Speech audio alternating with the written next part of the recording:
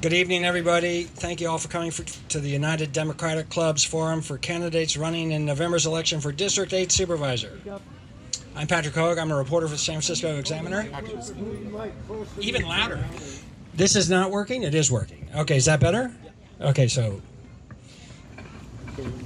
my Eurovision moment there. This is a 90-minute event.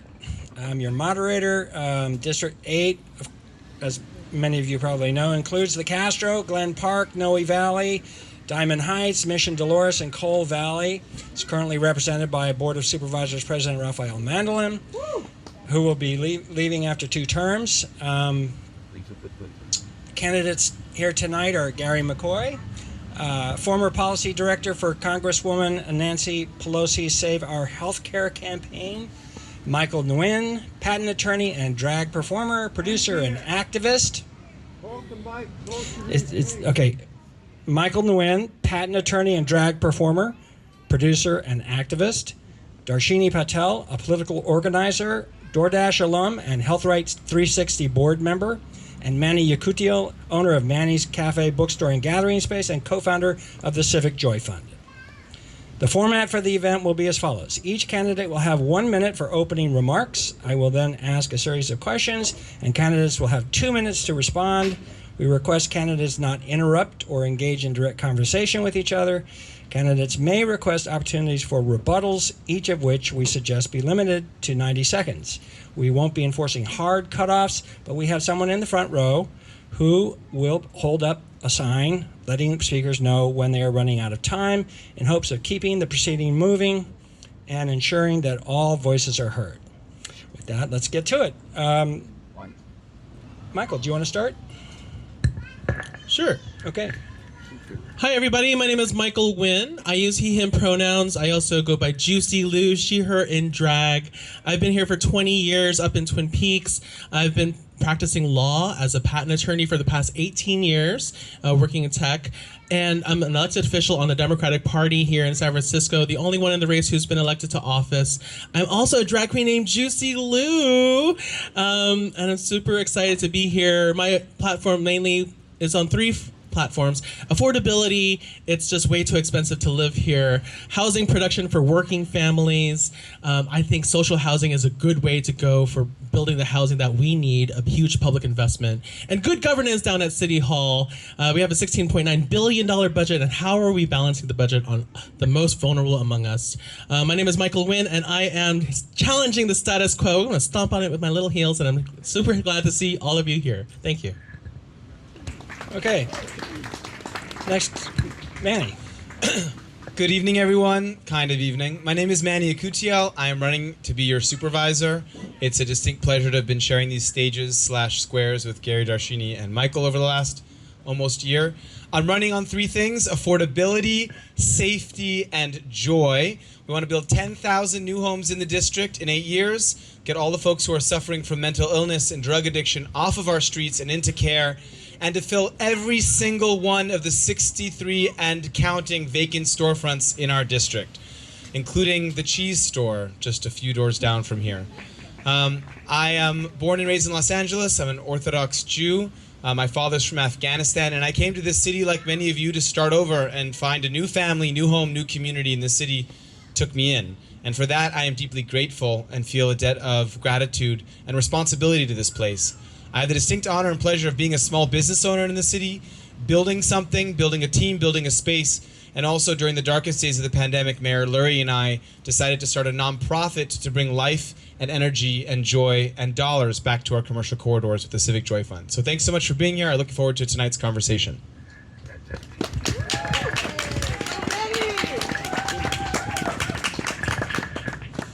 Okay, I'm Darshini Patel. I actually live in Noe Valley, so thank you for choosing this. It let me go shower before showing up here.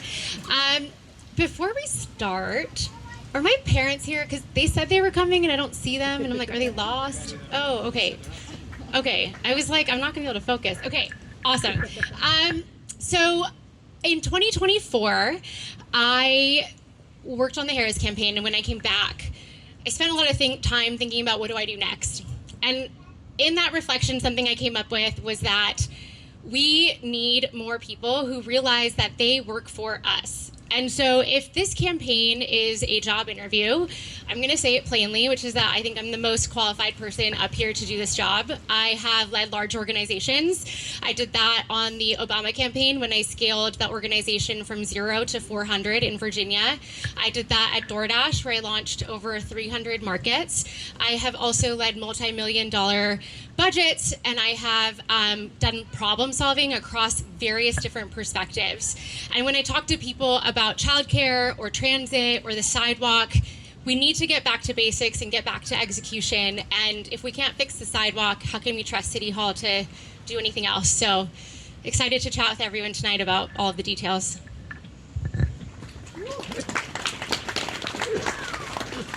Thank you for having us tonight to the United Democratic Club.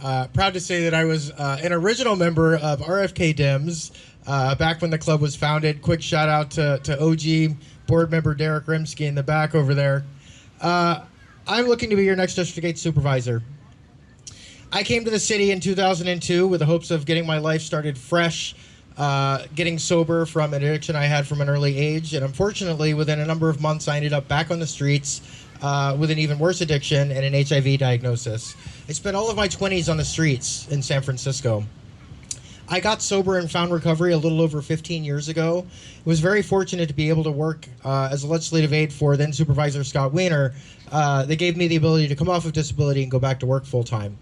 I've worked for a number of other supervisors. I've had the honor of working for Nancy Pelosi in several different capacities, but first as her oldest intern in her office, and then on to be her senior congressional aide, and then her political director for the last, number of years up until 3 weeks ago. So I carried a lot of my first work around pedestrian safety onto my work at the Recreation and Park Department. My three priorities are housing, which we'll get into more tonight, I'm sure, neighborhood safety and access, and our merchant corridors and small businesses. There's a lot of folks on this stage tonight with big voices, flashy, who've spent years building Rolodexes of donors. I've spent the last 15 years not building Rolodexes of donors, but doing the work in the community and doing it to the best of my ability and focusing on the next thing that was in front of me. If you want a candidate that's never finished a term on an appointed commission, or decided to run for mayor on the whim for 2 months before backing away, then I'm not your candidate. If you wanted a candidate that is ready to do the work, that has done the work, it's been up for a bit. Thank you. Then I'm your candidate. Thank you. Okay. Woo! Thank you. All right.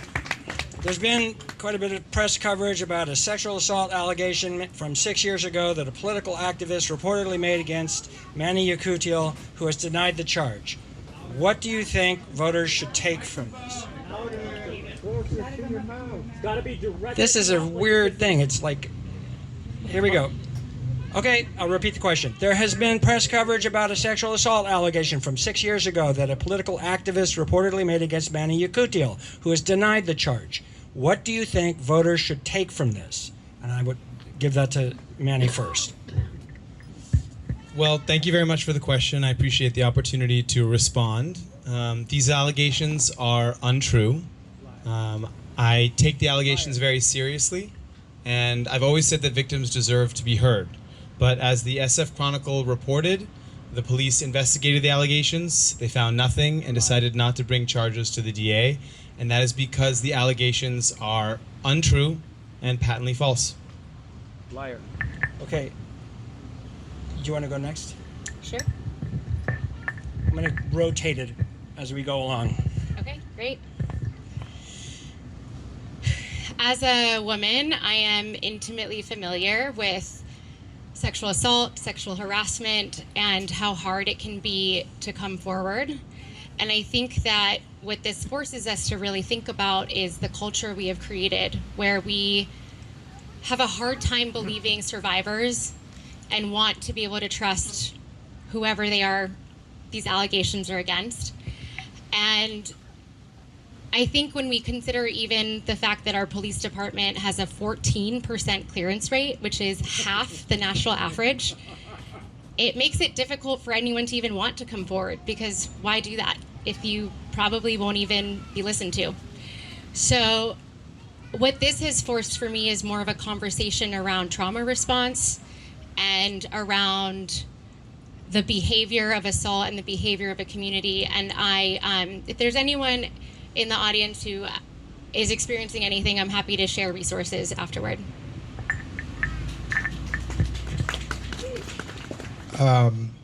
I believe our local Democratic Party, the Democratic County Central Committee, is currently conducting an investigation, so I would defer to that. But I will say that we should always believe and support survivors.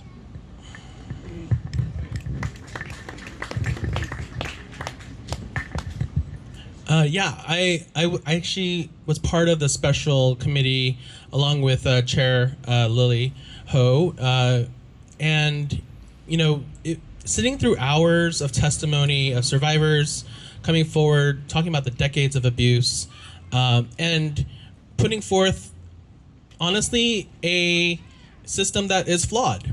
And it was new, so I'm glad that it's happened, but we can clearly see the big takeaway that it's flawed, and we deserve better. And so our folks who come forward deserve better, and I think the biggest takeaway that I'm taking from this is that we as a community need to demand accountability and also support all survivors who come forward. So thank you so much for the question. Okay, next question. Do you support the Affordable Housing Guarantee Act ballot measure that will be on the November ballot? It would dedicate transfer taxes created by Prop I in 2020 on properties worth more than $10 million to housing programs. The controller this week said it would take $120 million, about 119, from the general fund and put it into a special fund for housing. The mayor today came out and said he thought it was not a good idea. Love to hear from each of you, starting with Darshini. Yeah. I support Proposition I, the Affordable Housing Guarantee Act. I've already endorsed it publicly. We are in a desperate need for housing in this city, and that, I think, we're at a place where we need to be thinking about approaches that include approaches outside the speculative market. Prop I also does exempt transfer tax from multifamily apartments and buildings, so I think that makes it a bit easier for us to move forward. And frankly, we have 75,000 homes in a pipeline stuck that have been approved and we're unable to break ground on because of permitting, fees, labor costs, any number of other delays. So I'm all about anything that will help us move forward housing so we can unlock middle income housing in addition to low income housing. We need housing for teachers, for nurses, for police officers, for artists. And that's not going to happen if we rely on market rate alone, though I do believe we should be looking at housing at all levels. And I agree. My platform is on my website. I support housing at every income level in San Francisco, but given my own path and what we see every day on our streets, I support affordability in the bottom rungs of that housing ladder, and this is going to help us get in that direction.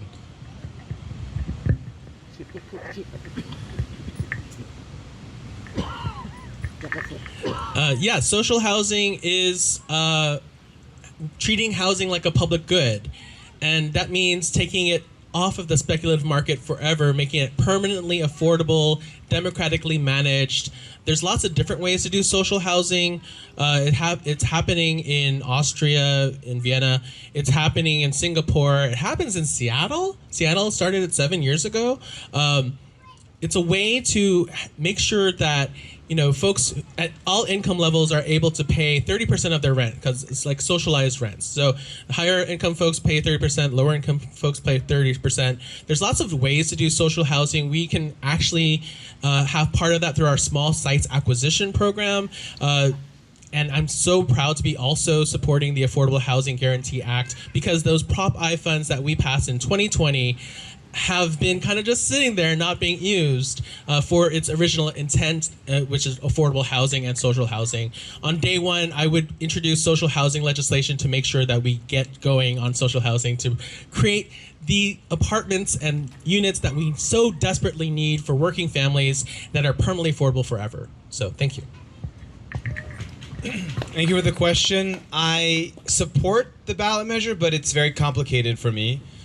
One, I don't think we should be doing any more things to make it harder for people to build in our city. And what I've heard from people again and again and again is that transfer taxes, which are high in our city and don't exist in many other cities, certainly not at the extent that we have, are causing developers to choose to build other places. If you take the 101 down to the airport, you'll see lots of housing being built next to the freeway, and that's because it is less expensive to build in other municipalities. So we need to stop making it harder to build in San Francisco than it is in other cities.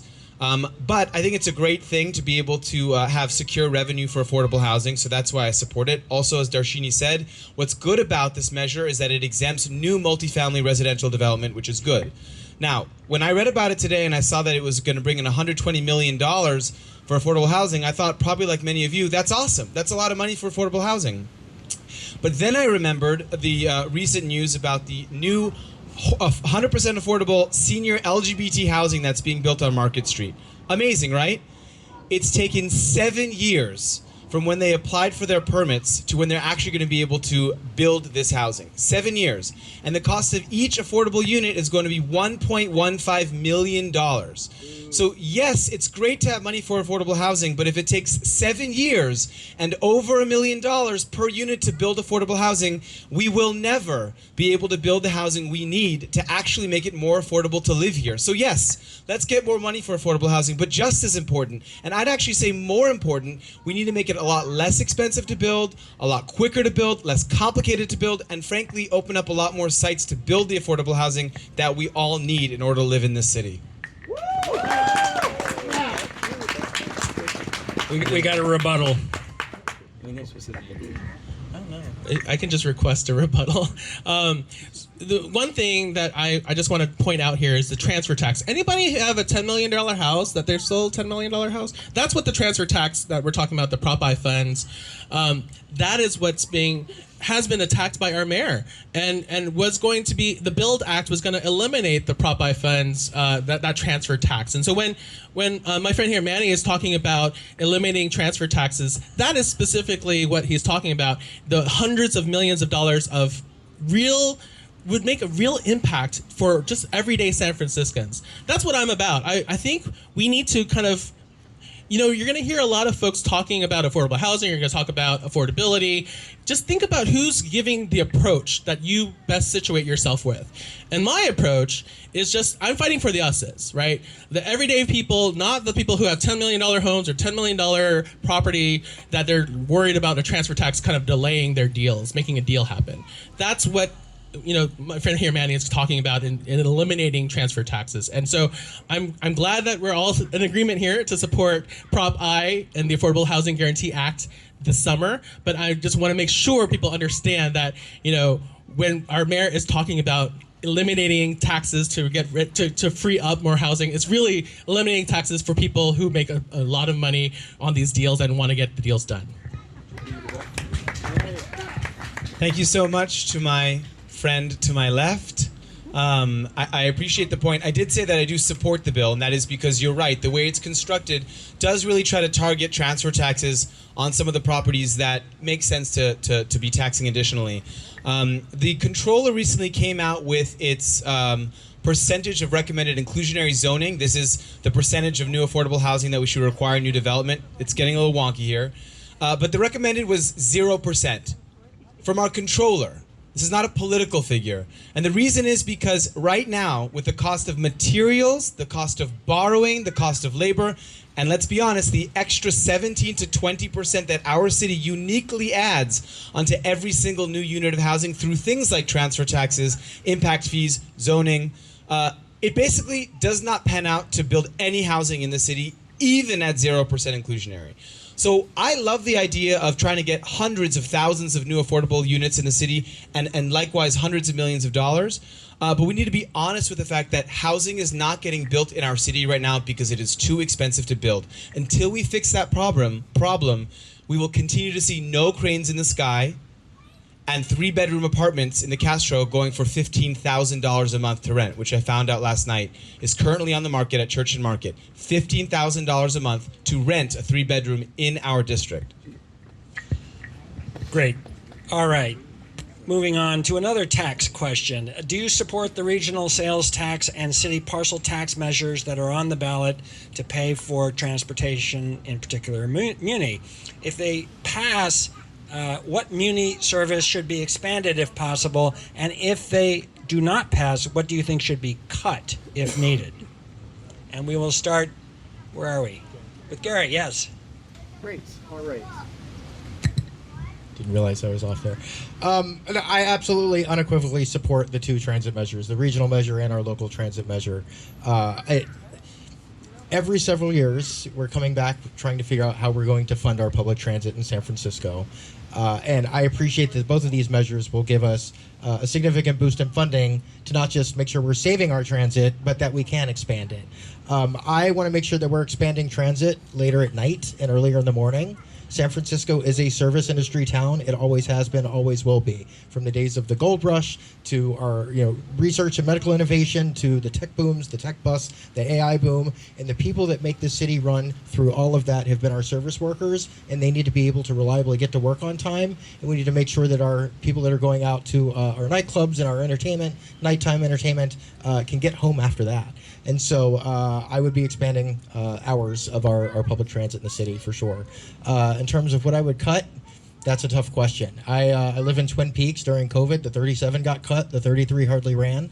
It was incredibly difficult, and that's going to be a decision that, I hope we don't have to make. So we need to make sure that all of you are voting for both of those measures in November.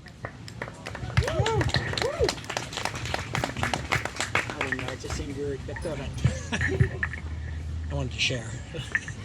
Yes, absolutely. I support both the regional sales tax and the local parcel tax. Both measures have to pass. Look, Muni is under a huge deficit right now, $300 million deficit growing to $400 million in the next 5 years. They have done all that they can to streamline operations to make sure that basically they're operating to the best of their ability, but there just needs more funding.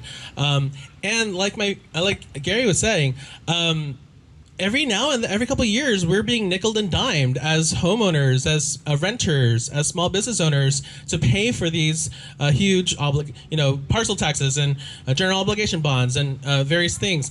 I'm tired of that. I think all of us are tired. Is anybody else being squeezed right now by just the cost of living and the cost of existing here in San Francisco?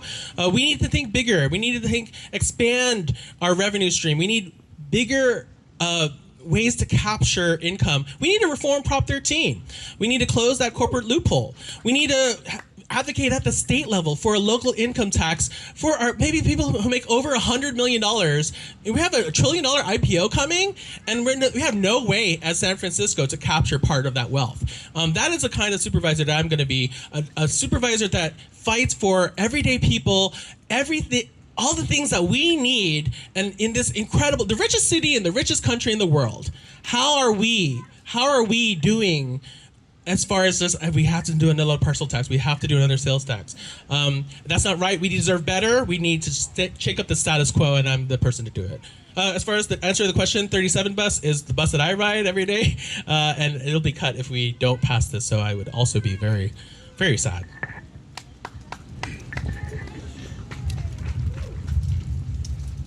Well, a couple things. One, I totally agree with Gary. I think we definitely, as a small business owner with employees, having more options late at night and early in the morning is essential for our small business workforce. And I totally agree with Michael. It's time for us to stop begging for crumbs. Every major city worth its salt has a public transportation system both above ground and below ground that can get you everywhere you need to go quickly, efficiently, and safely. And we deserve that kind of public transportation system. Of course, we should be supporting this measure. But like Gary said, I'm tired of every few years having to bail out a system that is essential in our city. And so what we're talking about on my campaign is how do we get a historic investment in our public transportation system where there can be a truly underground subway system that can get you everywhere you need to go citywide underground. And before you all scoff at me, I would like to point out every other major city which has a system like this. So imagine for a moment a station at 24th and Castro, in the Fillmore, in the Marina, an extended central subway that goes up to North Beach and the Marina, a T-line underground that can get you all the way down to the Bayview and back up to the Marina quickly, a Geary line, 19th Avenue line. This kind of infrastructure is the kind of infrastructure we should be talking about in this square right now, not bailing out our public transportation system. As a small business owner, I know that the only way to make money is to spend money.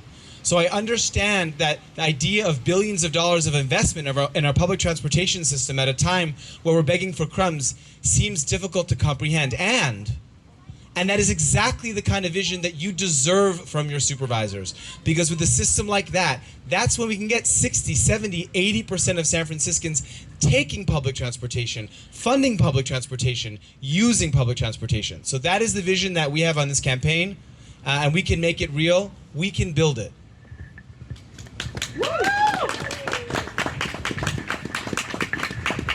That is a dream I want for us also. I support the 2 ballot measures, and I would love to have all of the things Manny just talked about, but it's tough to reconcile in one answer hearing we can't have affordable housing because of high labor costs, high fees, high permits, high red tape, and then in the next answer here we're going to completely overhaul all of the lines that we have in our city. So I actually think we need to first get back to basics. If we want to increase ridership, we need to increase trust. So that means actually publishing route level metrics for timeliness for all of our lines. Paying attention to not just headway, but also when the trains are coming, when the buses are coming, and then allowing people to have accurate ETAs. The number of people I've spoken to, voters, constituents, folks just walking into my office who say, I would love to take the bus, but it's so hard when the ETA on my phone is wrong and I show up and then have to wait 20 minutes. I've done that in the rain just the other day on Castro Street for the 24. So if we can't even get our ETAs right, how are we going to do the rest of this? And if we can get that right, then people will be more willing to trust and ride these lines, right? You can plan around a 20-minute delay. You can't plan around showing up and not having the bus arrive. So I think we need to refocus on the basic things, which may not be as exciting and sexy, but it certainly is what we need in this city and where I would focus my time. Reliability, making sure we have operators, making sure that the transit we have can actually show up. And as far as if it doesn't pass, I would say we need to really refocus on an equity-based analysis so that, to Gary's point, folks in Diamond Heights, in Corona Heights, who take the 35, the 36, the 37, who rely on these bus lines because there's hills there and they need to get to the grocery store, aren't cut off just because those have lower ridership than some of the other ones in the city. You got a rebuttal? Thank you. I agree. It's hard to reconcile how expensive it is to build housing and the need for billions of dollars of investment in our infrastructure. But I believe in a San Francisco where we can take care of the small things while thinking big. I think that's what our city's known for. It's known for being well run, at least maybe not recently as much, but also the Golden Gate, also Golden Gate Bridge, also making big swings, infrastructure swings, which we haven't done for a long time. So how do we do it? The Central Subway costs about $1.5 billion per mile. Well, we certainly can't do it if it's going to cost $1 billion a mile. But there is so much precedent out there in the world of being able to build underground subway for so much less. Take Spain, for example. $150 million to $350 million per mile to build subway. That's 20% of the cost of ours. So there is a way to do it. Standardized train stations, creating a subway rail authority with its own funding mechanism and its own dedicated teams, smaller cars so you don't need as big of a tunnels, working on congestion pricing, bridge tolls. There's a lot of different ways to actually get the money in to build this that doesn't require nickeling and diming San Franciscans. But you're right. You're right. It is hard to trust that we can do big things when we can't make the pavement even. But I just don't want to be part of a generation of San Franciscans that's thinking small just because the problems are big. Sorry about that. Yep, everybody gets one rebuttal per question. One rebuttal per question. I don't think promising things I can actually deliver in 4 years is thinking small. I think it's thinking aspirational. We should be willing to promise the things we can actually deliver, and we should be willing to think in detail about how to do that, because if we don't lay down the foundation first, if we're always thinking about the next big thing, we're never going to reach it. Like, we have to get the basics right in order to even get to those big things. And me, a woman running in a district that has not elected a woman in 30 years, like, I think it would be it's such a stretch to say that I'm not optimistic, because I wouldn't even be sitting here on this panel right now if I weren't.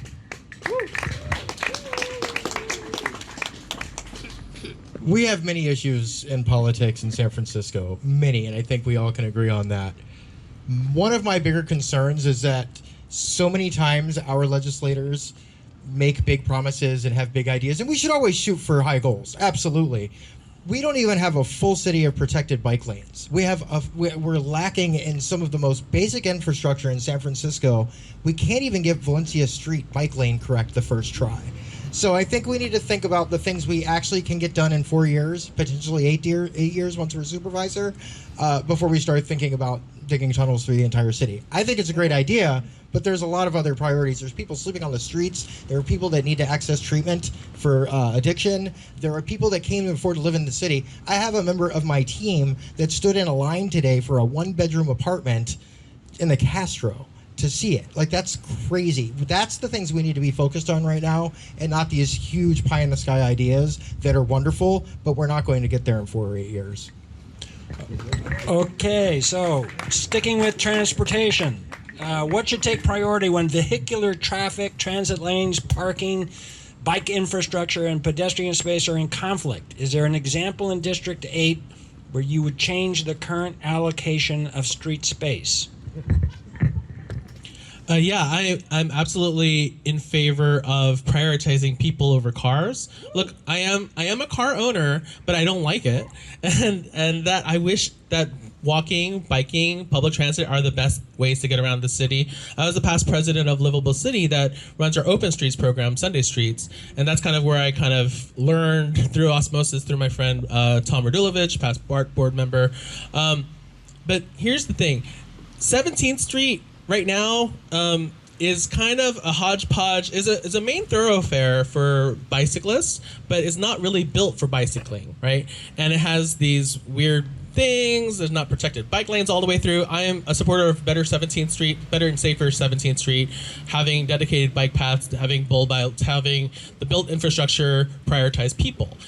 Also, the Wiggle Plaza, which is basically if you go up Steiner and Sanchez, that kind of north-south, the linchpin of the Wiggle, that is our main east-west kind of thoroughfare for cycling. That is kind of a cluster right now with all the cars and the bicyclists, and it's not ADA accessible. That's why I'm really proud to support the expansion of the Wiggle Plaza and the permanent, making Sanchez be a slow street also. And right now SFMTA is doing a feasibility study to kind of maybe change the way that Sanchez operates right now. I want to be supportive of that.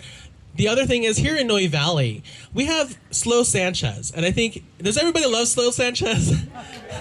Right? It's just an amazing place to just walk on, especially on a beautiful day. We should have more slow streets. We should have a network like Barcelona where they have super blocks, where they treat their blocks like little kind of enclaves that, do you really need to get a car to get through all the time? Maybe not. Let's deprioritize cars. Let's prioritize humans. And thank you. I don't know who's next. You are. We're rotating. Okay, well, the question you asked is, when do you prioritize what? And I'll start by just giving a little bit of experience. So, like a bit of biking, parking, all that stuff. I've been on the board of the SFMTA.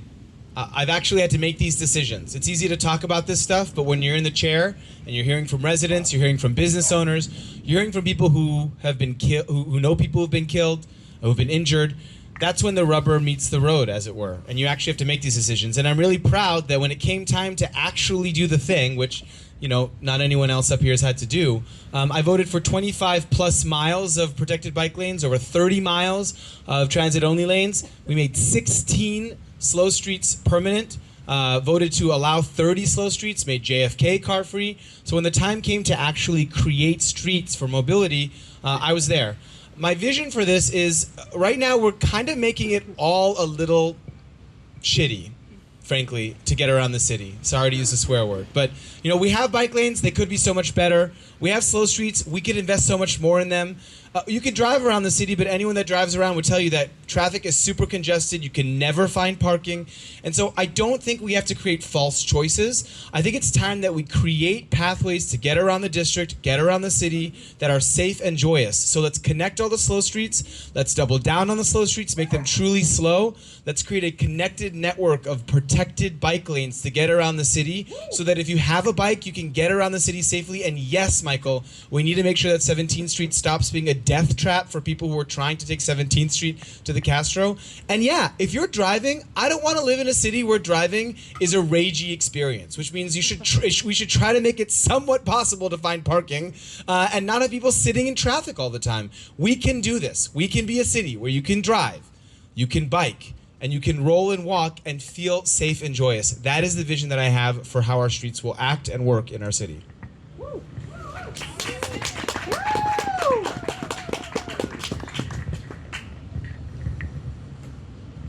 I would love all of those things too.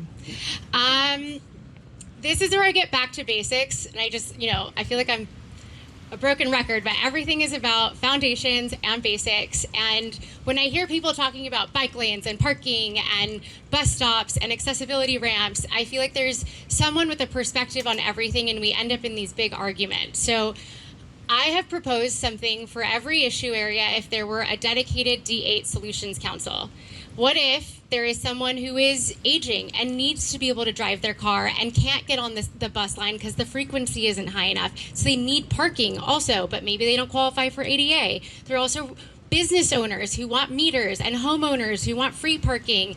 And there's renters who don't have garages but need to drive to commute. So I think for all of these, we want the solutions.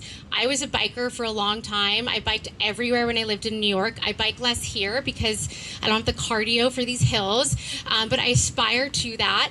And I like to be able to take public transportation and walk places, but it's not always easy. I heard creative solutions like, hey, what if the number of parking permits you get is relative to the number of bedrooms in your place or the number of people registered to an address? You can't just have all of your friends parking on your block all the time.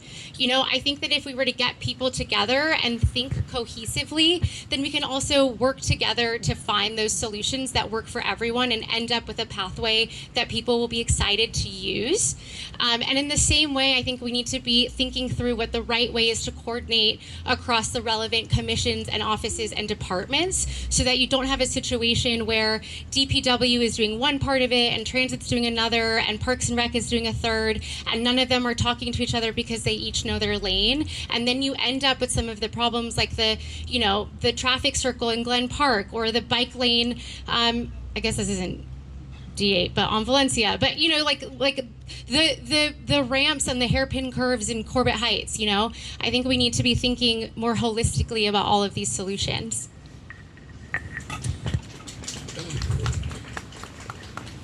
Yeah, I mean, I agree with what everyone has said up here. I had served on the Pedestrian Safety Advisory Committee for a number of years, done a lot of that work also, again, at the Recreation and Park Department, where I work closely with staff at the SFMTA and the Bicycle Coalition, and really built a collaborative effort to reduce speeds in Golden Gate Park. I had Mayor Ed Lee shoveling asphalt for speed humps in the middle of Golden Gate Park, worked closely with Phil Ting on lowering speed limits. I am equally a pedestrian, public transit person, a bicyclist, and a driver.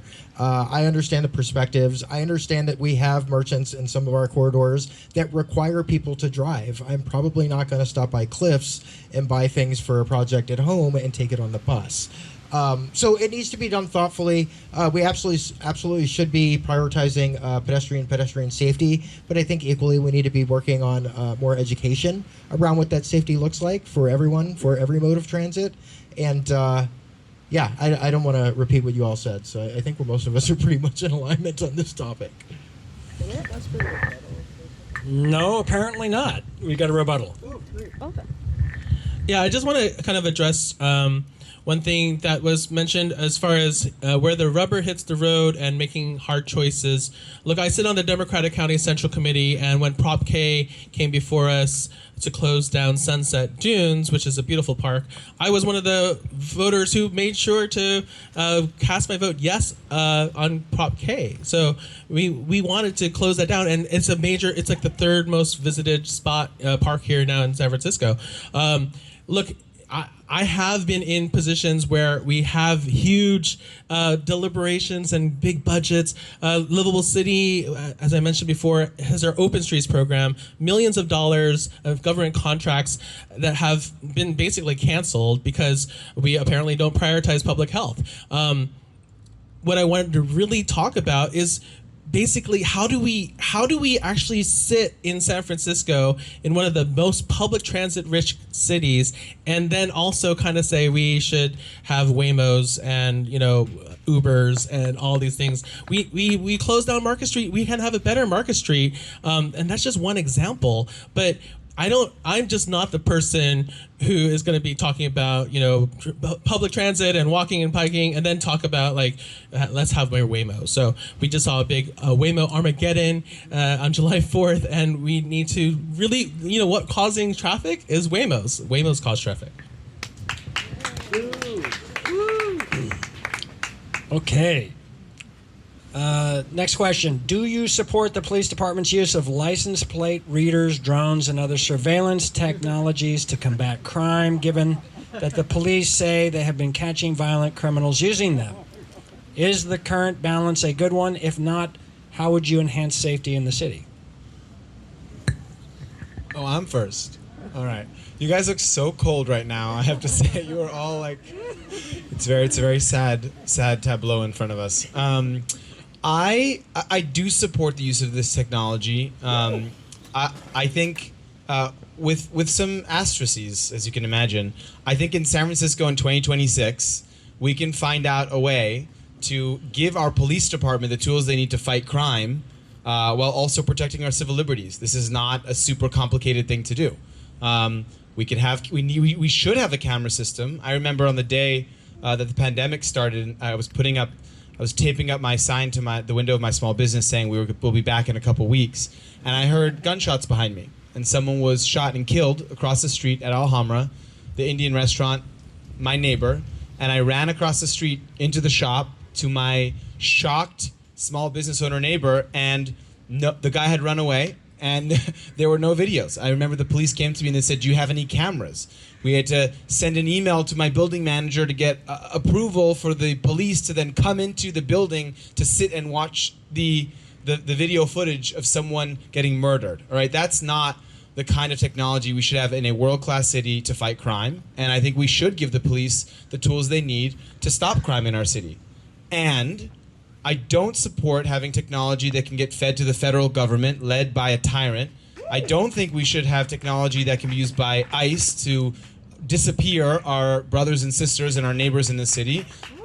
And I don't feel comfortable having technology around the city, a city known for bringing in people who want to start a new life, that is recording what we're saying, right? It's one thing to be able to see what's happening. It's another thing to record our conversations and our personal matters. And yes, we should be a city, like many other major cities, that has the technology it needs to fight crime while still protecting our civil liberties. We can do it. We should do it. It's long overdue. It doesn't sound like not having Flock prevented you from accessing video footage for that particular crime. It also doesn't sound like it prevented anything. So I guess what I'm saying is I don't support it, and I think that in places that have CCTV in Europe, they have very different civil liberties than we have here. And we have already had reports and reporting of people abusing Flock in a number of cities. So I don't think it's something that we can comfortably be okay with without actually first figuring out how you would appropriately regulate it. And there are many other ways that we can be approaching safety in the city. In LA, they spent $3 million on increasing lighting, on improving overnight programming, on improving their parks, and they saw about what they estimate to be a $10 million savings in in what would have been crime-related costs. So everything isn't about more cameras and more technology. Some of it is about creating more community, filling the storefronts, making sure we have street crisis teams, response teams who can show up, making sure that our police are staffed and not tired and working overtime. I think there are a number of things we can be doing to support safety in our communities before we start having increased camera and surveillance and footage that's just available all the time. Yeah, I'm not sure if we actually got an answer out of one of the candidates up here on the platform here, but I was confused whether we support it or we don't. But for me, as a member of the LGBTQ community, up until the 60s, it was illegal to walk into a bar if you were part of that community. You were arrested, had to go to court, had to prove whether or not you were gay. People still visit the Castro neighborhood that are not out of the closet. We have visitors coming from all over the world. I'm not a fan of surveillance generally for that reason.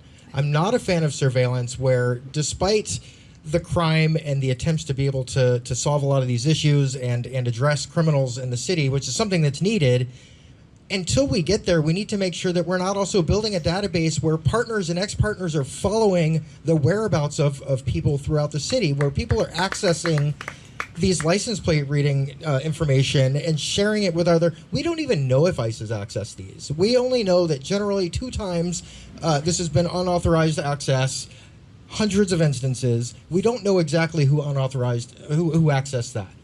It's given this administration the fact that we've got people being arrested and killed on our streets just for not being documented in the United States. We should not be sharing this information. Our trans community is under attack and at threat of violence, and we've got a president that's constantly demeaning that community, and we should be standing up for them and making sure that we're not allowing any type of information that being shared with anyone across the network for anything until there's guardrails, and we don't have those guardrails.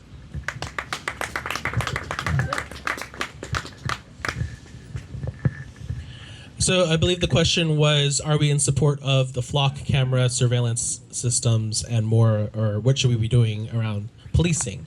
I am a lawyer, and I believe firmly in our constitutional rights and our privacy rights. To be honest, our privacy rights are being eroded every day, and I just did not support having a kind of drones and a surveillance state and a police state.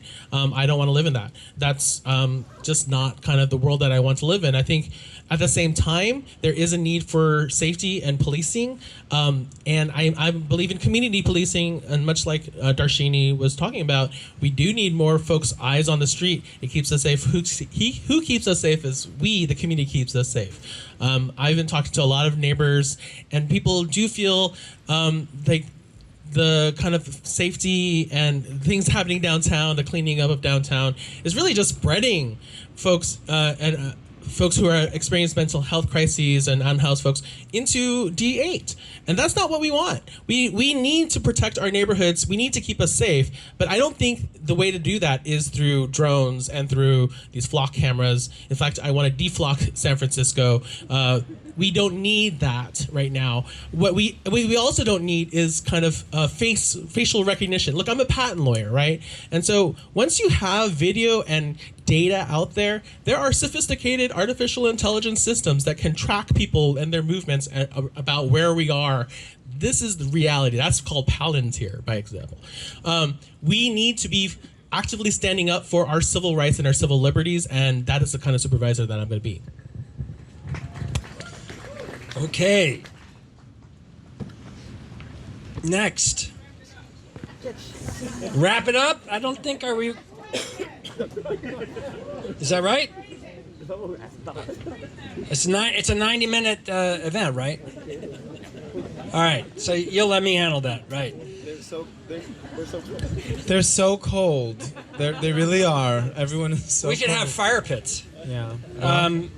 Okay, so Mayor Daniel Lurie said recently unsheltered homelessness dropped to a 15-year low and tent encampments hit a record low. What is your opinion of the city's current approach to homelessness, and what should happen when someone refuses an available shelter or treatment option?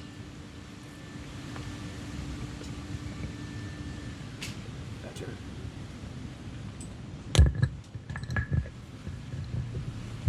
Sorry, what is our approach to shelter, and what happens if someone refuses an available option? Yeah, what's your opinion of the current approach to homelessness, and what should happen when someone refuses an available shelter or treatment option? Yeah. So we have a 3-to-1 inflow rate in San Francisco, which means that for every one person that we get off the street and help to find shelter or housing, 3 more people are becoming homeless. And a lot of that comes down to affordability and housing. Even in District 8, especially in Glen Park, actually, we have a pretty high rent burdened population, which means that they are spending over half of their income on rent or mortgage. So you miss one paycheck and suddenly it becomes very difficult to pay your rent, pay your mortgage, you can get evicted, and you end up on the street. So I would want to focus on prevention. It costs roughly $7,000 per family to create a safety net, where it costs more than $42,000 per person for a shelter bed. So focusing on that, I think, is really important. And a lot of that comes back to housing, transit, childcare, and a number of the other things that are on my platform. You can read about them. As far as the homeless population that is refusing care, I think there's a couple different things there. If someone's in the middle of a psychiatric breakdown, if someone is a harm to themselves or another, you are allowed to take them to a 72-hour, I believe it is, psychiatric hold. Now, if someone is not in the middle of a crisis and is still refusing care, well, I think we need to be asking, why are they refusing care? Is it that our shelters feel unsafe? Is it because they are unable to take the few belongings they have with them? Is it because there just literally are not enough places for them to go, and the only option we're giving is you can go to jail or go to a 24-hour folding chair, which I think is essentially what the reset centers are? So I think we need to, as with everything else I've said tonight, get back to the basics and root cause some of this and really think about why it is, what it is, how we can effectively spend our money, and maybe even refocusing some of our planning to prevention, because until we fix that piece of it, we're never going to get ahead of our homelessness problem in San Francisco, again, because of this 3-to-1 inflow rate. This is a tough question to answer, because there's so many different factors impacting so many different populations of people that are on our streets. When I was at the Recreation and Park Department, we often did our own homeless point in time counts because of the landscape through Golden Gate Park and McLaren Park. So we would do those with park rangers, and how eye-opening it was for me to go through McLaren Park and see how many families with their children living out of their cars there were. It was... And so we try to tackle the most visible challenges we see on their streets, where there's so many people that are sort of invisible that we're not tackling, which is why I support increasing affordable housing for families, making sure that we're actually building affordable housing that has 2 and 3 bedroom units, which we're not doing. We want to make sure we're focused on prioritizing them. Also, there's so many different challenges. We had a street crisis response team that was started in 2020 in the wake of George Floyd. It was so that you could call 911 instead of police showing up. You had a crisis response team that was made up of a clinician that could get somebody into treatment should they choose. It was made up of a peer navigator that could have a conversation with that person and have a conversation with that person about getting them into treatment. And it was made up of an EMT. Well, several years ago, they removed the clinician that was licensed to get people into treatment, and now they're trying to remove the peer navigator from that rig. And so you're left with one person and other people doing follow-ups, which is near impossible when you can't locate somebody that is unhoused. There's a lot of things that we should be doing. Nobody wants to live on the streets. We have a shelter wait list, and we don't have enough housing. We should be providing more vouchers for housing. We should be supporting the Housing Authority to make sure they can manage and maintain those vouchers. There's just, the list goes on, and we're not doing any of it. We're not scaling up the things that we know work, and oftentimes we resort to just pushing people around our neighborhoods in San Francisco, and we need to stop that. Okay, here's an aspirational one. We got two more. We got two more. Oh, good. Thanks for the question. Basically, here's what's happening. Homelessness is a very big, hairy problem and has multiple levels, as both Darshini and Gary mentioned. But at the end of the day, our current mayor is kind of prioritizing shelter over permanent supportive housing, and there's basically an allocation of money. I think that the investment in shelters is woefully low, and really it's a housing first strategy that worked in Utah. Utah was able to eliminate its homelessness problem and issues and house all their neighbors. I think we can do that and also treat it like a regional issue that it is. Also, I believe in a 4-pillar strategy, and the data backs up that, we were talking about folks who are refusing care. Well, you really can't help a person who doesn't want the help, and so I am very clear on this line as far as like involuntary conservatorships. I'm against it because it's really hard for me as a lawyer to deprive people of their civil liberties, their liberty right, they're literally the right to be a free person, and kind of put them in involuntary commitment. But that should be like the very, very, very last resort. I'm not about that. And I think the thing is, we do need to, like Darshini mentioned, make the services more appealing and better and more investment in our mental health services. Actually staff our street crisis response teams with real folks that can actually... There was an article about, there was a woman with a baseball bat and the police were like, they couldn't handle it. And she says, all I want is a hug. The police says, I cannot give you a hug because there's an assault with a deadly weapon, right? But the peer navigator went up and gave them a hug, and then they de-escalated. This is the kind of treatment that we need. This is the kind of humane responses that we need. We don't need just kind of throw people around and move them around from shelter to shelter. Thank you, Michael, and thank you for the question. It's a very tough one, as Gary said, and we all know. I think the first part of your question was about Mayor Lurie. I think he's doing an excellent job.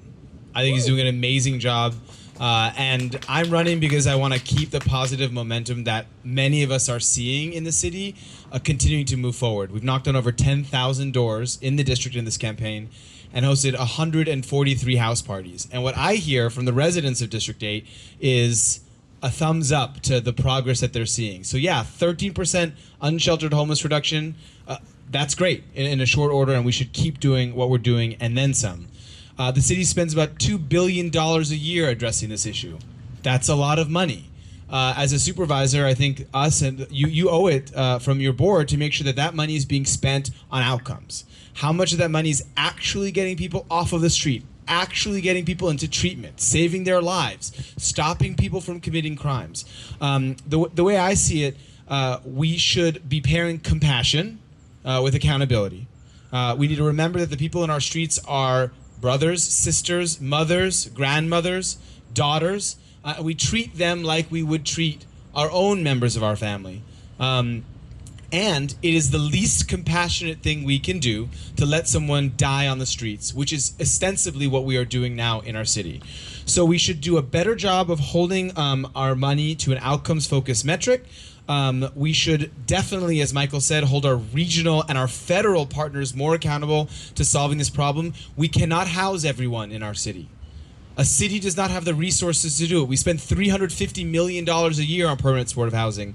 We need our regional, our state, and our federal partners to actually fund that. And I think that we should have a safe sleeping site in District 8. We should have a number of safe cabins. There's a small number of people who sleep rough in our district. We should build those cabins for people, and I don't think it should be an option to sleep on the street. If there are places for people to go, that should be their option. A city like San Francisco should have options for people and then make sure that they can get to those options. That's what I see as the future of this issue. Yep. I think there are many things that Mayor Lurie is doing very well. I do not think housing and homelessness is one of them. And I talk a lot about how transparency is the fastest path to accountability. Accountability requires steady metrics and data. A lot of the numbers that were just shared are based on a point-in-time count, which did show a reduction in homelessness, What's not talked about is that it completely overhauled the way that we did the count. We used to do it late at night when people were most likely to be where they're going to be for the night, and we used to do it visually. Under Mayor Lurie, his point in time count did it in the mornings after people, many of them have already woken up and moved, and it required that we ask each person, are you homeless? People don't like admitting that, who would? So that already impacts what the outcomes will be. And it is really easy in D8 I live here in Noe Valley. I hardly see anyone around here. It's easy too when you're in FIDI or downtown where there has been a lot of focus. But if you've been down Mission Street lately, or even parts of Dubose or Upper Market, there's been a huge movement of people. I was at the Castro Merchants Association meeting last week, and a topic of conversation was how it seems like many of these folks know shift changes or whatever it may be, and there's just a flow of people moving around the city to avoid getting caught. And so I don't know that it's a visual change or really getting to the root of the problem. And I think until we get back to fixing how do we actually solve it versus just moving people around the city, we're not actually going to get anywhere. Okay. Next question. Imagine District 8 at the end of your first 4-year term. Name 2 concrete, measurable changes that residents should be able to hold you accountable for delivering. 2 at the end of 8 4. years. 4? 4 4 years? 4 years. First term. Yeah. Yeah. I'm sorry, two things, measurable Yeah. things at the end of the. Name of 2 4 years. concrete, measurable changes that residents should be able to hold you accountable for delivering. Oh, that's tough. There's going to be more than 2. So, I mean, everything that I want to do, everything that's in my platform are things that are actually doable and feasible. And they consider the long-term sustainability, if I can speak, in San Francisco. They consider the fiscal impact in San Francisco. And so a lot of the things I want to do, if I had to pick 2 that folks could hold me to, I'd say first and foremost would be that we're actually building housing, and we're doing it in a thoughtful way, and we're doing it at every rung of that housing ladder, from affordable to market rate. We're not doing it on the backs of tenants that have been living in their units for a long time, on the backs of rent control, that we're able to provide vouchers and subsidies to people. We don't actually have to house everyone in San Francisco. We have to provide opportunities for people to grow if they want to grow, and we have to provide opportunities for people that won't have that opportunity because they're on disability or aging. And so, once we can make sure we have that housing ladder clear at every level, it'll actually make room for the next folks that are coming off the street to give them better opportunities at going back to school or working full-time if they're able to. So that's one of the things that I want to make sure we're focused on. Number 2 would be to make sure that we're improving our bicycle infrastructure throughout the city, and that we're doing that in a thoughtful way, that we're taking slow streets into consideration when we're doing that we're taking in our merchant corridors and some of our more higher traffic vehicle corridors when we're doing that.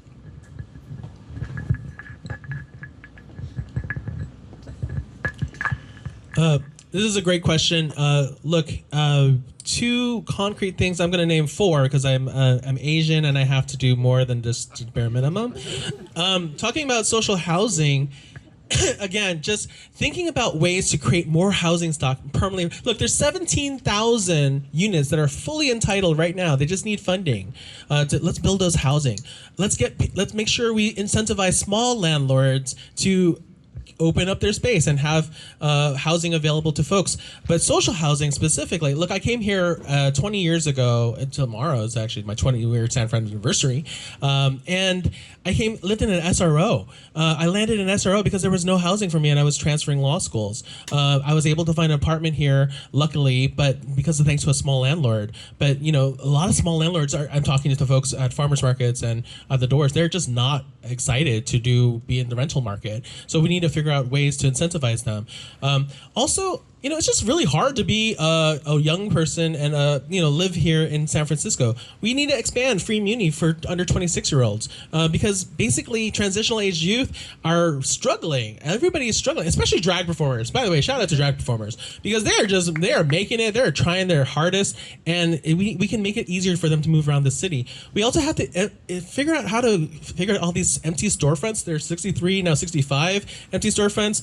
Look, we have this vacant to vibrant program downtown. We can expand it from just a 3-month program to something like a 2-year program. Because like in what world is a small business going to survive in 3 months of free rent? What if we just do a really big community investment and give them a 2-year runway? We are living in such a very innovative place. We deserve better than what we have right now. So absolutely. And one last thing, for working families, childcare is one of the most expensive things besides housing, maybe even more expensive than your housing. We need to get to universal childcare. I really agree with the mayor that I'm glad that he's going towards that, but we need to go all the way. Let's get universal childcare, just like kindergarten, pre-K, all that stuff, and let's make something happen.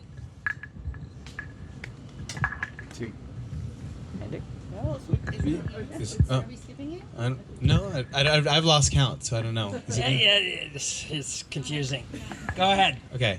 It's a great question. There are, if I had to choose 2 things, one, it'll be over 8 years, but building 10,000 new homes in the district. I want to remind everyone about the story from last night where I was at the Dubois Triangle Neighborhood Association meeting, and I talked to a small business owner who had an apartment that a couple years ago, 3-bedroom, 2-bath, was going for $5,800 a month, which already is insane. And he said that it just came on the market. This is a rental. And it's being rented for $15,000 a month on Church and Market. So we are in the midst of a crisis, and our district has built. Our district has built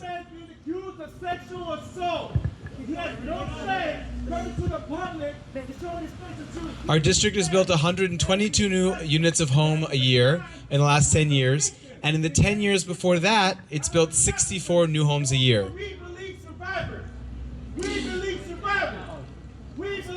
Okay, the second thing, the first thing is housing. The second thing is filling all 63 vacant storefronts.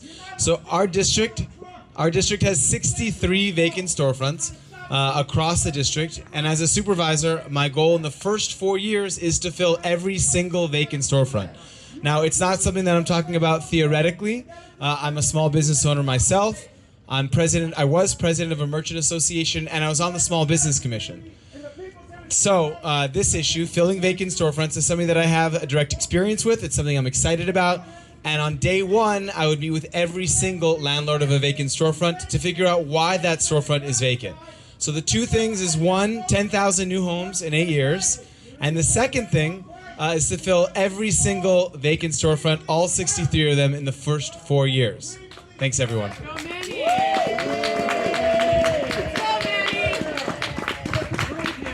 Before my answer. Okay.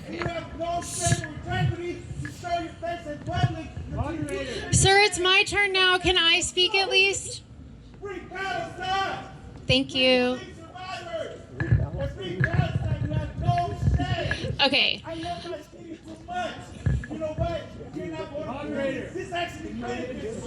Where's security? No cameras, no police. Protect the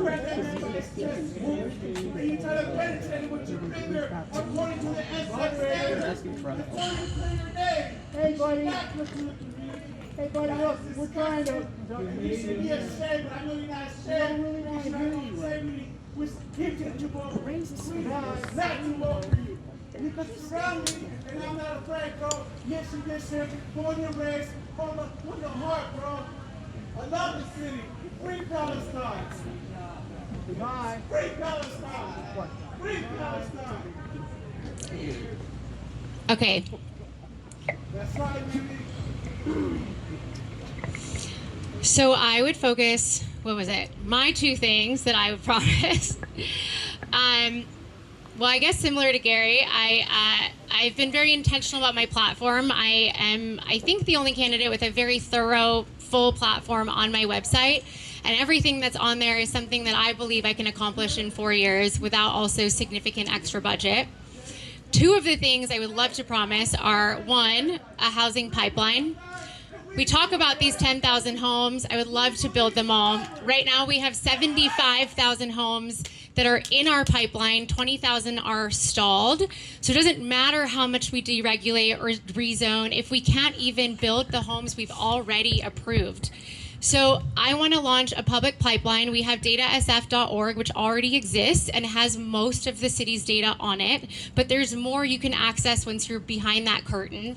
And I think we should be able to surface, where are all of the multifamily homes? Where are they stuck? What is stalling them? How do we unlock them? Until we can answer those questions, we can't properly allocate resources and problem solve and bring teams together to figure out what are the specific permitting issues, what are the specific fees. You know, just this month, Manny talked about reducing the fees. Well, I think earlier this month or in July, we already reduced them. The Board of Supervisors did by 67%. So I'm curious to see what that will do and then what else this pipeline can unlock. The second thing is childcare. We have $570 million that have already been raised. Supervisor Melgar helped to pass that. And then Mayor Lori expanded the number of people who can access it. Unfortunately, all that did was increase the number of people on the wait list. There are thousands of families waiting. There are only 71 slots for infants in all of District 8. So it doesn't matter if we have all the money and everyone can even access it, if it's universal, if we literally don't have the daycare centers. And a lot of that goes back to permitting as well. So I promise to streamline permitting for daycare centers in residential areas and to reopen enrollment for daycare providers to enroll in Alpha. And as far as the enforcement goes of vacancies, also enforcing the vacancy tax.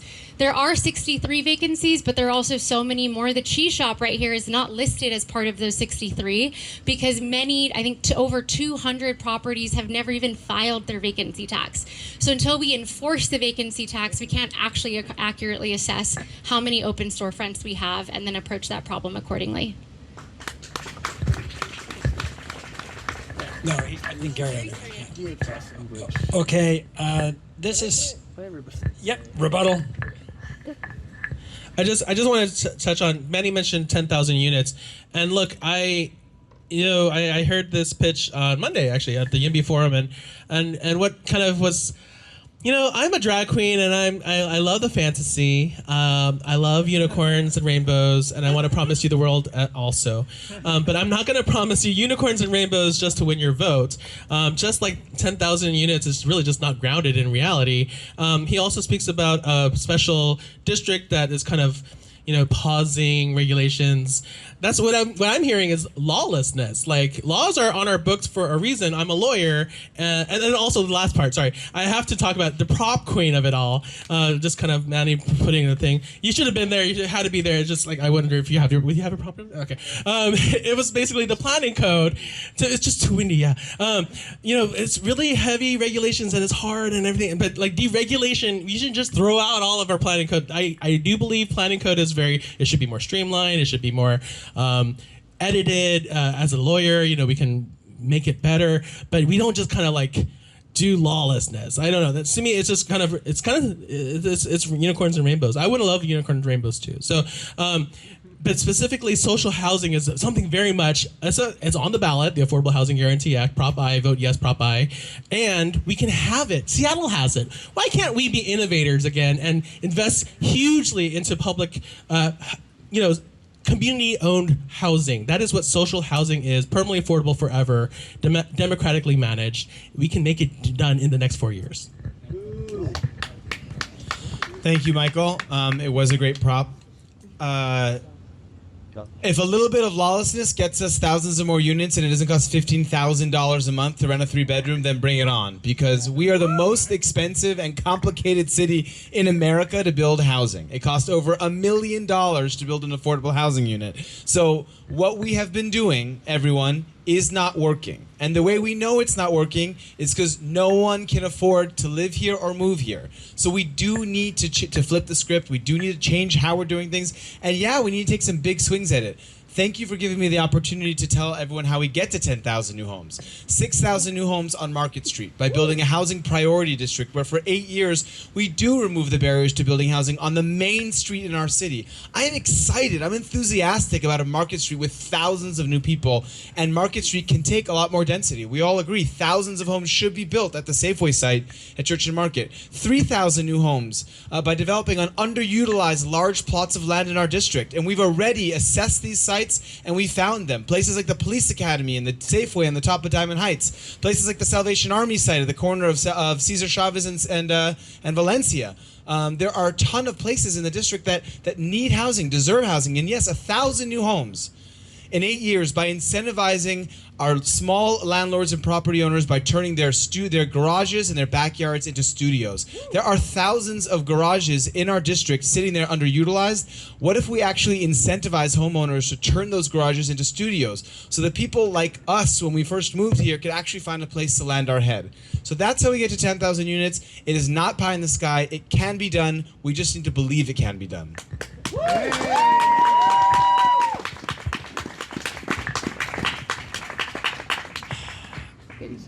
I think we should be focusing our housing conversation on a district-wide and city-wide basis. If we're talking about cutting red tape, cutting through the bureaucracy, for speeding up these projects, for moving forward a lot of the mayor's initiatives, I don't think it makes sense to try to focus so many city resources on a special priority district that, by the way, is going to be happening where we already had the original upzoning on Market Street. We shouldn't be doing our housing code and zoning by zip code in San Francisco. We should be doing things that impact the entire city, that give everybody opportunities. I don't know how in 4 years you're going to amend state and city legislation to make this happen, but if you can pull it off, good for you. I'll add to that District 8 so far this year has built 16 new units. And across the entire city so far this year, we've built under 450. So again, I would love to have more housing. I've been talking a lot about more housing at every single level. Affordable housing, not affordable housing, market rate housing, speculative, not speculative market housing. Bring it all on, but we're not gonna get any of it until we figure out how to actually build the things that we've already approved. And things like Market Street, as Gary mentioned, have been on our list of places that we can upzone and have been adding density to for decades, and yet 16 units in District 8 this year. So I'll just come back to that. I don't know where this goes, but I'm going to put it right here. Okay. Well, this builds off of what you all were just talking about, but given the city's need for housing and lack of affordability, would you support substantially increasing housing heights and densities in District 8, and if so, where? Woo! Who wants that one? Gary started last night. So Manny. All right. Don't worry, I got you. I think, yes, the family upzoning plan passed. And that is where we have the biggest opportunity to have density in housing here. I wasn't, just to be clear, I wasn't supportive of the family upzoning plan because in my heart, it didn't protect renters with enough specificity. It might have basically incentivized demolishing 2-unit housings. But it's passed. So what you need in a supervisor is someone who treats the law like the law. Like the rule of law is what as a lawyer, I swear to defend and protect the Constitution and pass all the laws, right? Basically. So specifically on density, I would use that upzoning and the state's density bonus for the Church and Market Safeway. And we can, that Safeway is like the most unsafe Safeway, I'm just being honest.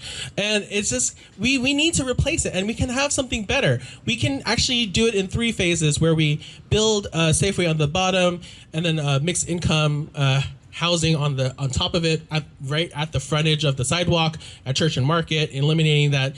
It's kind of a street actually, that parking lot there, but you can make it into housing, and then once that's built, you demolish the Safeway and build more housing, hopefully social housing, workforce housing, different kinds of affordable housing, get more folks housed here in San Francisco, especially for our first responders.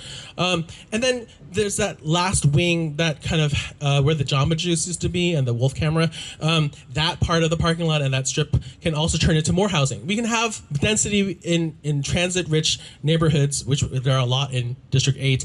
Also, I think that there's parts of Upper Noe that there's a right across the way to the Bernal Safeway. That's also one of the Safeways that might be under consideration of redeveloping. But there's lots of opportunities here. What you need in a supervisor who's going to tackle this is make sure that the community all benefits from each development, and not just kind of a giveaway and it's too boring to go through. It's not easy work, and it's not glamorous, it's not shiny, but the kind of district supervisor that I will be is the one that fights for our neighborhoods and fights to make sure that we protect the beautiful magicalness of District 8 and all the beautiful neighborhoods we live in here.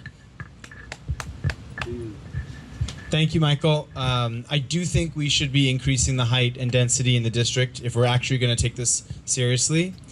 And forgive me for reading from my phone, but here's where I think we should do it.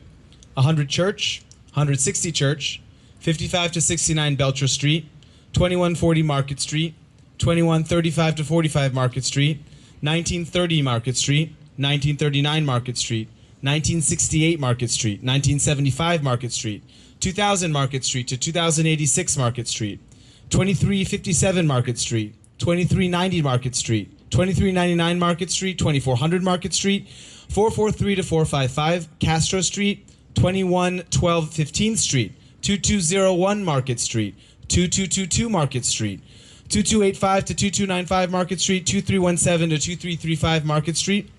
We should also do it at 250 Amber Street, which is the police academy, 5214 to 5298 Diamond Heights Boulevard, where the Diamond Heights Safeway is, 101 to 199 Kern Street, which is a parking lot, 586 to 598 Bosworth Street, which is also a parking lot, 2901 Diamond Street, 930 Cole Street, 199 Parnassus Avenue, 3950 24th Street, that Whole Foods, 1500 Valencia Street, and yeah, 555 Portola Drive, where there's a 4-acre campus where we could build some hundreds of units of teacher housing. So it's easy to wave your hands and say you're pro-housing, but that's where I think we should build it.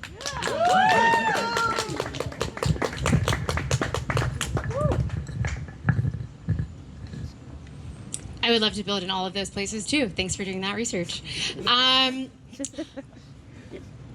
I would first like to figure out how we're going to do it. And so again, going back to pipeline, I've already talked about going back to 75,000 homes that are stuck. I think in the meantime, we should be getting more creative. Like I think that, yeah, we can upzone, we can increase density, we should increase height limits. I think there's a 95-foot one that we should be adding to Glen Park.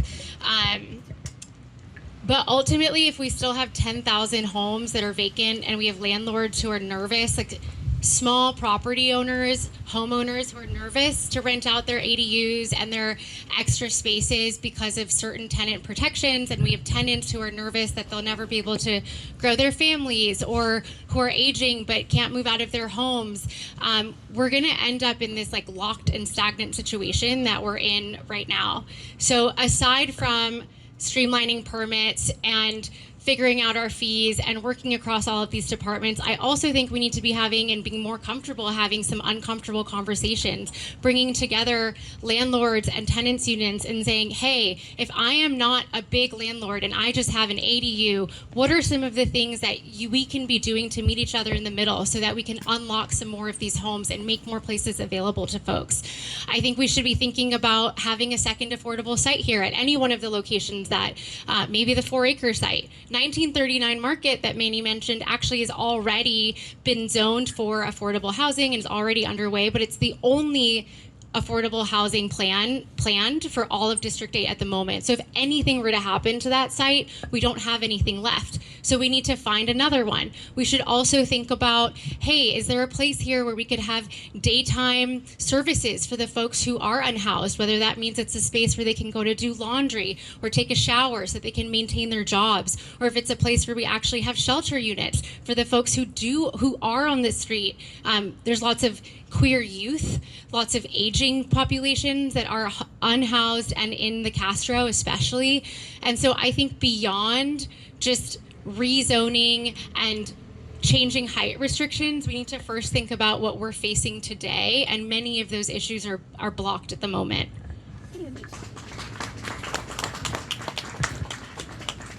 Yes, to all of those spaces you both mentioned.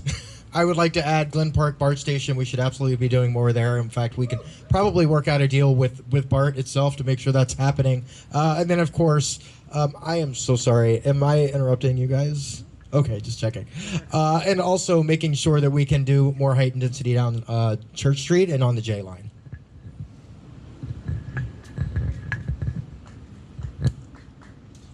Okay, well, that brings us to 2 minutes left. I think we'll call it, unless everybody wants to go over and give them a minute to wrap up. Wrap up. All right. So everybody, do you mind? I'm going to call an audible here and give you each a minute to give your closing statements. Hi, everybody. Thanks for suffering through the cold with us. I wish I could give you rainbows and happiness right now with you, but it's in my heart to you. I just want to talk about my drag for a second because I didn't get to talk about it. Look, I've had a nightlife show, and if we want a city that is truly innovative, we have to attack the affordability crisis with huge, big structural change. I love Elizabeth Warren, and that's kind of borrowing it from her. But, we need to be having measured response from it and with community input. And it's not easy to do all those things, to hold things in tension. But I am that pro-housing, anti-displacement candidate, the community candidate, the common sense candidate. What my friend here, Manny, is talking about a lot of times is very extreme. And I give it, it's very bold, but it's very extreme. And so can you think about that for a hot second? I do think that the supervisor has a role in establishing the guidelines that can make housing better and more able to be constructed, but we have to be grounded in reality. And thanks so much. I'm Michael Nguyen. Next speech.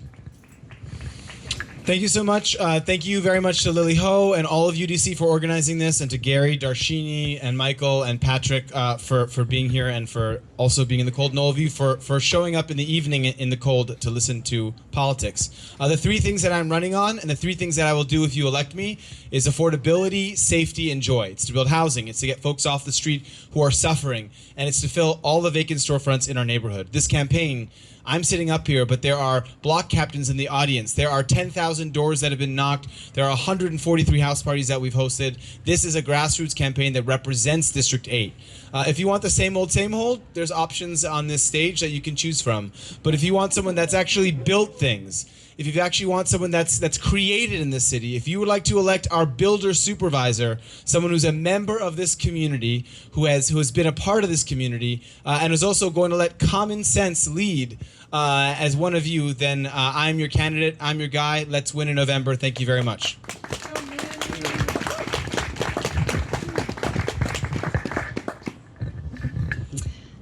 Everyone looks so cold, so I echo thank you everyone who's still here.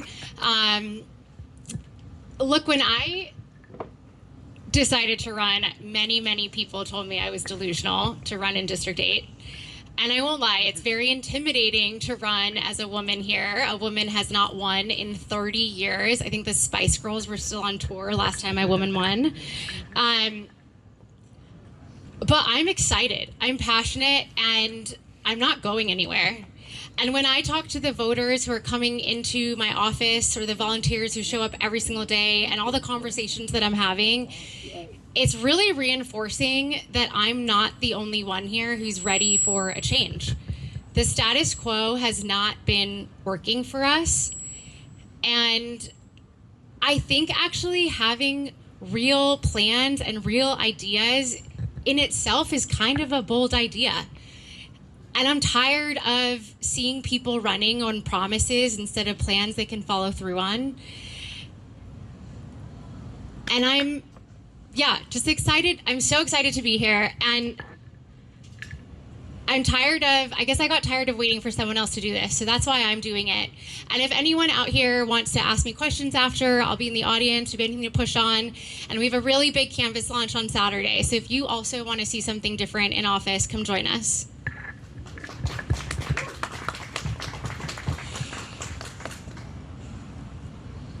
I've lived here for, probably almost 25 years, and I've seen a lot, and I've experienced a lot, and I've had my personal challenges when I was younger in this city.